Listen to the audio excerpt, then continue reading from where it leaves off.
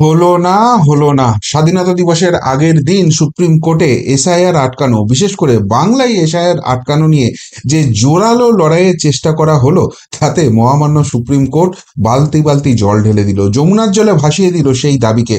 বরং যে অন্তর্বর্তী রায় সামনে এলো তাতে একটা ছবি স্পষ্ট হয়ে গেল। নির্বাচন কমিশন যে এসআইআর করছে, স্পেশাল ইন্টেন্সিভ রিভিশন করছে, সেটা সংবিধান স্বীকৃত, সেটা নির্বাচন কমিশনের অধিকারের মধ্যে পড়ে এবং সেটা আটকানোর কোনো জায়গা নেই। এবং যে স্বচ্ছতা আনার জন্য এই এসআইআর করা হচ্ছে, সেই নিয়ে সুপ্রিম কোর্টের কোনো রকম কোনো আপত্তি নেই। তবে সেই প্রসেস যাতে আরো স্বচ্ছ হয়, মানুষের সামনে প্রশ্ন তোলার যাতে কোনো জায়গা না থাকে, সেই জায়গাটা কিন্তু আজকে সুপ্রিম কোর্ট স্পষ্ট করে দিল। বিভিন্ন মিডিয়ায় আমি দেখছিলাম আধার কার্ডকেও গ্রহণ করতে হবে, এই দাবি জানিয়ে দিচ্ছে সুপ্রিম কোর্ট। এমন করে একটা বিভ্রান্তি ছড়ানোর চেষ্টা করা হচ্ছে। আধার কার্ড নিয়েও নির্দেশ এসছে, কিন্তু সেই নির্দেশ কোনো সময় এই কথা বলা হয়নি যে আধার কার্ডকেও একটা মান্যতা দিতে হবে। কি বলেছে অবশ্যই সেটা ব্যাখ্যা করছে, কিন্তু তার আগে আজকে সুপ্রিম কোর্ট তাদের অন্তর্বর্তী রায়ে কি জানালো সেইটা আপনাদের জানিয়ে দিই। এসআইআর মামলা বিহারে বাদ পড়া 65 লক্ষ নাম প্রকাশ করতে হবে মঙ্গলবারের মধ্যে, সুপ্রিম কোর্টের নির্দেশ কমিশনকে। এই যে বিহারে এসআইআর হয়ে গেল, সেখানে স্পেশাল ইন্টেন্সিভ রিভিশন হয়েছে, সেখানে দেখা যাচ্ছে যে 65 লক্ষ ভোটারের নাম বাদ পড়েছে। কেন এই 65 লক্ষ ভোটারের নাম পড়েছে? কেননা এদের মধ্যে রয়েছে ভুয়ো ভোটার, এদের মধ্যে রয়েছে আহ একই নাম বারবার একাধিক জায়গায় উঠেছে সেরকম মৃত ভোটার রয়েছে, একজন রাজ্য ছেড়ে চলে গেছেন অন্য রাজ্যে অথচ তার নাম থেকে গেছে। এই সমস্ত কারণেই কিন্তু এখানে বাদ পড়েছে।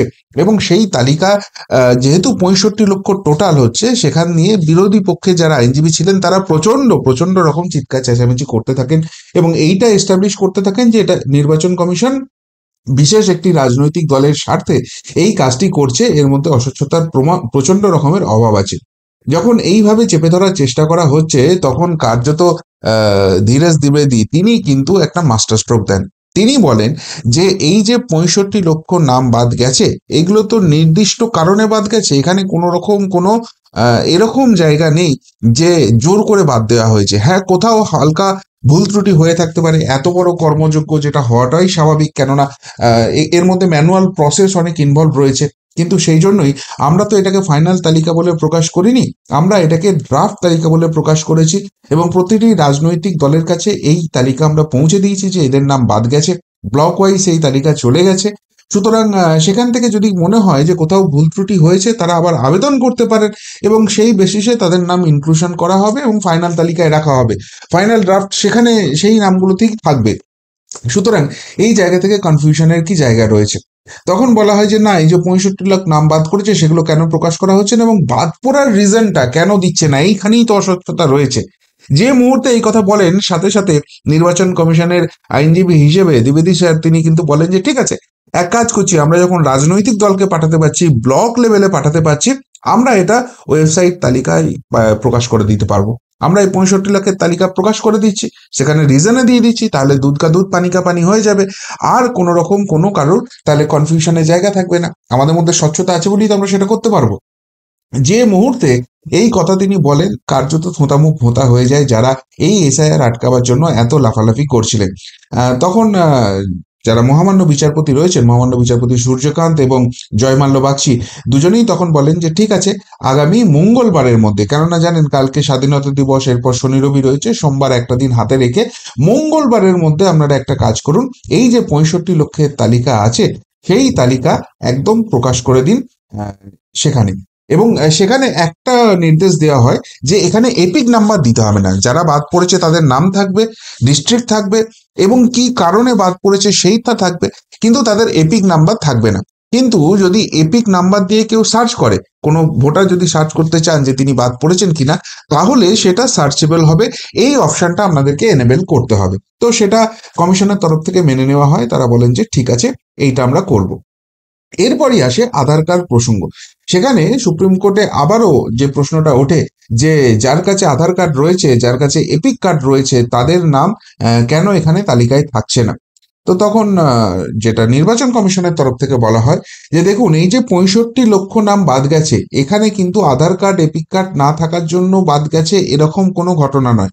এই 65 লাখের যে তালিকা, সেই তালিকা আমরা আগেই ব্যাখ্যা করেছি, যেখানে মৃত ভোটার রয়েছে, যে মানুষ মারা গেছে তার নাম এখনো ভোটার তালিকায় জলজল করছিল, তাকে বাদ দেওয়া হয়েছে।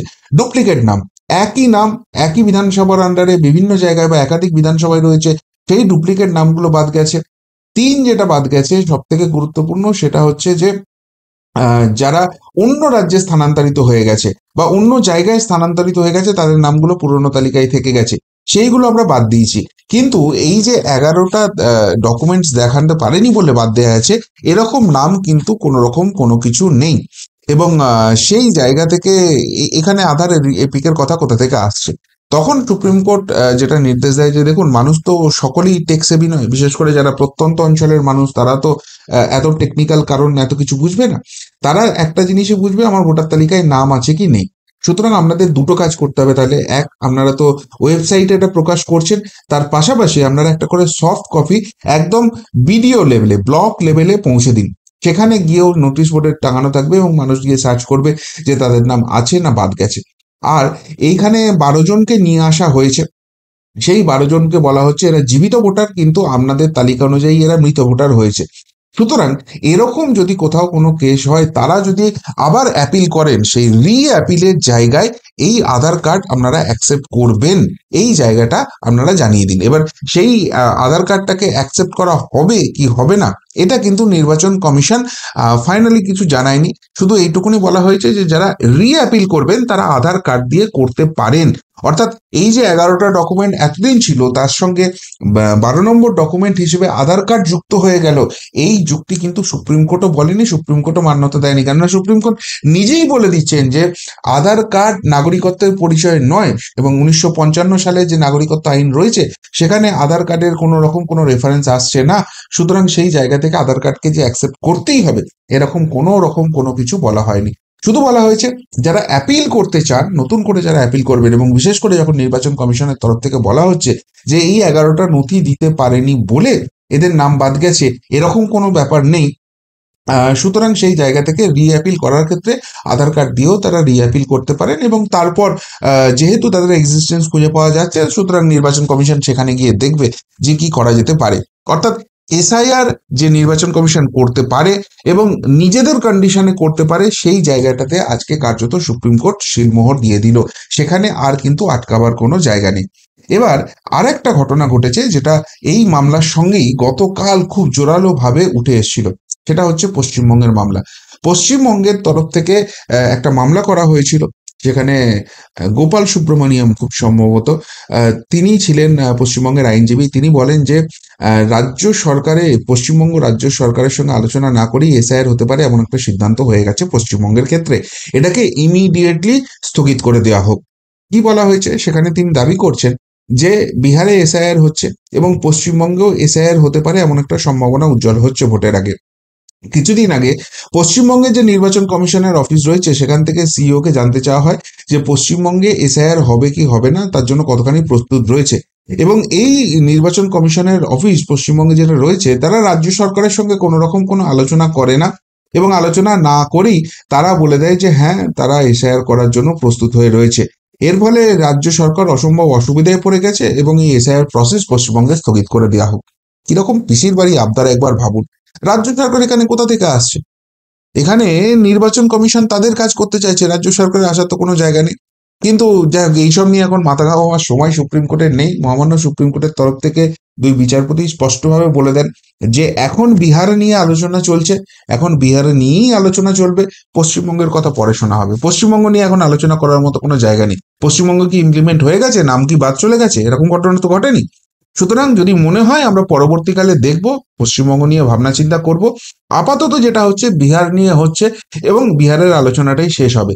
এবং সুপ্রিম কোর্টের এই যে একটা মানসিকতা বা এই যে থট প্রসেসটা তারা করছেন, সেখান থেকে সংশ্লিষ্ট মহল বলছেন যে দেখুন, এসআইআর শুধু বিহার নয়, বিহার দিয়ে শুরু হয়েছে, ভারতবর্ষের সমস্ত রাজ্যে সামগ্রিকভাবে কিন্তু এসআইআর হবে, এবং যেখানেই হবে সেখানেই কিন্তু এই মামলাগুলো আসবে, সেটাকে আটকাবার চেষ্টা করবে। কেননা সেখানে এই এসআইআর হওয়ার ফলে যারা এতদিন এই ভুয়ো ভোট, জাল ভোটের সুবিধাটা নিচ্ছিল, তাদের রাজনৈতিক কর্মকাণ্ড ধাক্কা খাবে, তারা ক্ষমতার বাইরে চলে যাবে, এরকম সম্ভাবনা হবে। ফলে বারবার তারা জ্বালাতন করতে আসবে সুপ্রিম কোর্টে। সুতরাং সুপ্রিম কোর্টও অনেক অনেক ধৈর্য নিয়ে এই মামলাটা বিহারে শুনছে এবং সেখানে প্রতিটা পয়েন্টকে তারা অ্যাড্রেস করার চেষ্টা করছে, সো দ্যাট যখন ফিউচারে এই নিয়ে মামলা হবে অন্যান্য রাজ্যগুলোর তরফ থেকে, তখন বিহারের মামলাটাকে রেফারেন্স পয়েন্ট দিয়ে যে এখানে এই আলোচনা হয়েছিল, এই সিদ্ধান্ত হয়ে গেছে, আর এটা নিয়ে নতুন করে আলোচনার কোনো জায়গা নেই, এখানে আর কোনো মাথা গলানো হবে না, এটা ওখানে হয়েছিল এখানেও একই জিনিস হচ্ছে, ইটস ওকে, এই জায়গাটা তারা করতে চাইছে। অর্থাৎ বাংলা নিয়ে যে একটা থরহরি কম্প অবস্থা রয়েছে এখানকার রাজ্য সরকারের, এসআইআর হলে তাদের কপালে শনি নাচছে এবং সেটা সুপ্রিম কোর্টকে ধরে বাঁচার যে চেষ্টা করছে, সুপ্রিম কোর্ট কিন্তু সেটা পাত্তাও দিল না, ভাগিয়ে দিল। আগে বিহার শেষ করব, তারপর প্রয়োজন হলে খুব ইম্পর্টেন্ট কথা, বাংলার কথা আমরা পরবর্তীকালে শুনবো। এদিকে যখন এই জায়গাটা চলছে তখন রাজ্য সরকারের অস্বস্তি কিন্তু আরো আরেকটা মামলা বাড়িয়ে দিয়েছে এবং সেটাও কিন্তু এই ডিভিশন বেঞ্চই, মহামান্য বিচারপতি সূর্যকান্ত এবং মহামান্য বিচারপতি জয়মাল্য বাগচি, তাদের যে ডিভিশন বেঞ্চটি রয়েছে সেখানে বাংলাদেশি সন্দেহে হেনস্থার অভিযোগ মামলার অন্তর্বর্তী নির্দেশ দিল না সুপ্রিম কোর্ট, কেন্দ্র ও রাজ্যের থেকে হলফনামা তলব।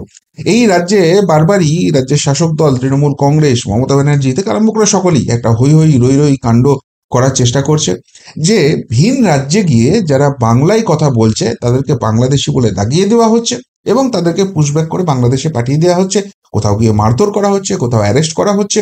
বাঙালি বিদ্বেষী হয়ে উঠেছে বিজেপি, অথচ তারা কিন্তু একবারও এই কথাটা বলছে না যে যেখানে বিজেপির নামও নিশান নেই, সেই পাঞ্জাব বলুন, সেই তামিলনাড়ু বলুন, সেই কেরালা বলুন, সেই সব জায়গাতেও কিন্তু এদেরকে পুলিশ অ্যারেস্ট করছে, এদের বিরুদ্ধে তদন্ত হচ্ছে।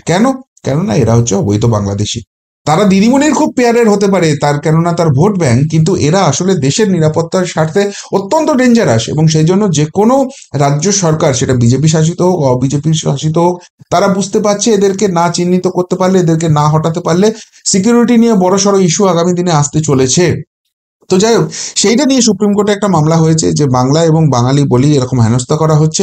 সুতরাং এই যে বিভিন্ন রাজ্য সরকারের যে পুলিশ রয়েছে তাদের ইমিডিয়েটলি এটাকে বন্ধ করে দিতে হবে এবং কাউকে অ্যারেস্ট করতে পারবে না, এই নিয়ে কোনো তদন্ত করতে পারবে না, এইটা সুপ্রিম কোর্টের কাছে গিয়ে অর্ডার করেছে। এবং যে সংগঠনটি করেছে ওই পশ্চিমবঙ্গ শ্রমিক কল্যাণ দপ্তর এরকম কিছু একটা রয়েছে, যার মাথায় বসে রয়েছে আবার তৃণমূল কংগ্রেসের ওই নো ভোট টু বিজেপি করে রাজ্যসভার টিকিটটা বাগিয়ে নিয়েছিল সামিরুল ইসলাম, ওই মালটা বসে রয়েছে। তো সেখানে তার তার তরফ থেকে একটা মামলা করা হয়েছে সেই সংগঠনের তরফ থেকে এবং রাজ্য সরকারও সেখানে পার্টি হয়ে আছে এবং সুপ্রিম কোর্টের কাছে কি এই আবদারটা করা হয়েছিল। কিন্তু সুপ্রিম কোর্টের তরফ থেকে যেটা স্পষ্টভাবে জানিয়ে দেওয়া হয়েছে যে না, এই নিয়ে আপাতত কোনো অন্তর্বর্তী নির্দেশ দেওয়া হবে না, তদন্ত করার অধিকার সকলেরই আছে, বাট তদন্ত যখন হবে তখন যদি সত্যি এরকম অত্যাচারের কাহিনী উঠে আসে বা এই ধরনের যেগুলো হিউম্যানিটেরিয়ান ব্যাকগ্রাউন্ডে দেখা হয়, সেই জায়গা কিন্তু কিছুতেই করা যাবে না। তো ঠিক আছে, এক কাজ করা হোক, এই মামলা নিয়ে রাজ্যের যেটা বক্তব্য সেটা হলফনামা আকারে রাজ্য সরকার দিক, কেন্দ্রের যেটা বক্তব্য, কেন্দ্র সরকারের বক্তব্য কেন্দ্র সরকারও এখানে হলফনামা আকারে দিক এবং সেই বক্তব্য শোনার পর আগামী 25শে অগস্ট খুব সম্ভবত এই মামলাটা শুনানি হবে। কিন্তু ততদিন পর্যন্ত এই তদন্ত প্রক্রিয়া যে থামিয়ে দেওয়া, যেটা হয় সাধারণত আমরা যদি কোনো মামলার ক্ষেত্রে যাই, সেই মামলায় যখন হলফনামা দিতে বলা হয় বা কোনো রকম কোনো শুনানির ডেট পড়ে, তার আগে অবধি একটা নির্দেশ দেওয়া হয় যে এই প্রসেসটাকে স্টপ রাখো।